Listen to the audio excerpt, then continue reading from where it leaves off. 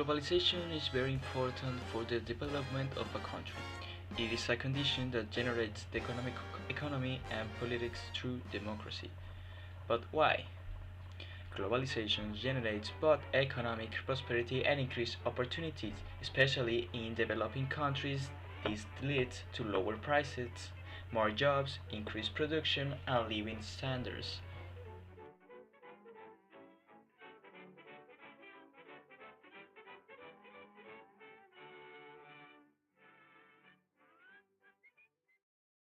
One day, customers demand more oil drums than the owner can produce. He figures it will take about $3 million to do the job. So he decides to form a corporation to sell shares in his business to raise the capital he needs. After SEC registration is effective, the investment banker pays the owner $3 million in exchange for a certain number of shares in the Oil Drum Manufacturing Corporation.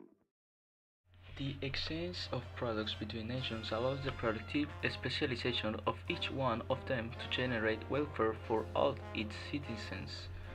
Trade allows goods to be manufactured more efficiently and with comparatively lower cost than when each country has to deal with all the variety of goods demanded by its citizens. What is the WTO? Constituted on January 1, 1995, the World Trade Organization is a permanent organization which has been established on the basis of an international treaty approved by participating countries. Decisions are made by the entirety membership. This is typically by consensus. What is the objective of the WTO? The first one is to improve the standard of living of people in the member countries. 2.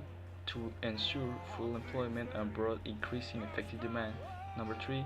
To enlarge production and trade of goods. Number 4. To increase the trade of service. In my opinion, the WTO helps open up trade among global partners, which makes the world a more accessible place for resources to work in a more efficient way.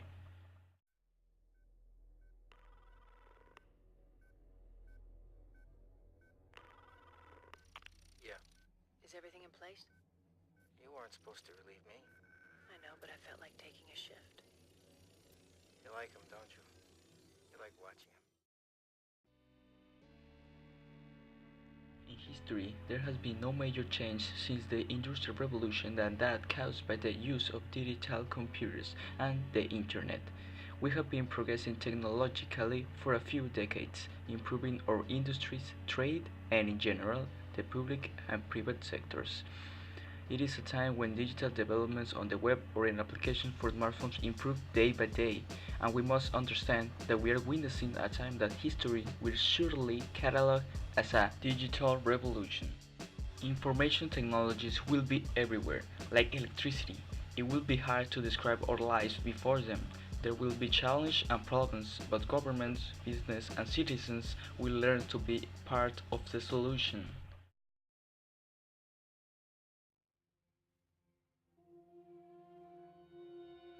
Why is important to understand this? Unfortunately, some of the most pessimistic forecasts regarding the incidence of terrorism in the daily life of many countries are being fulfilled, and for the ordinary citizens, almost as bad as letting fear paralyze normal tasks is to end up getting used to this threat to the point of not taking it too much into account. It will never be stressed enough that citizen collaboration is fundamental for the prevention and prosecution of this type of crime. Does this actually work? Terrorist groups attack civilians to coerce their governments into making policy concessions. But does this strategy work? If target countries systematically resist regarding terrorism, the international community is armed with powerful measures to deter groups from terrorizing civilians. Technology is a foundation of modern society. It governs its dynamics, and therefore it is normal that also the terrorism will benefit from it.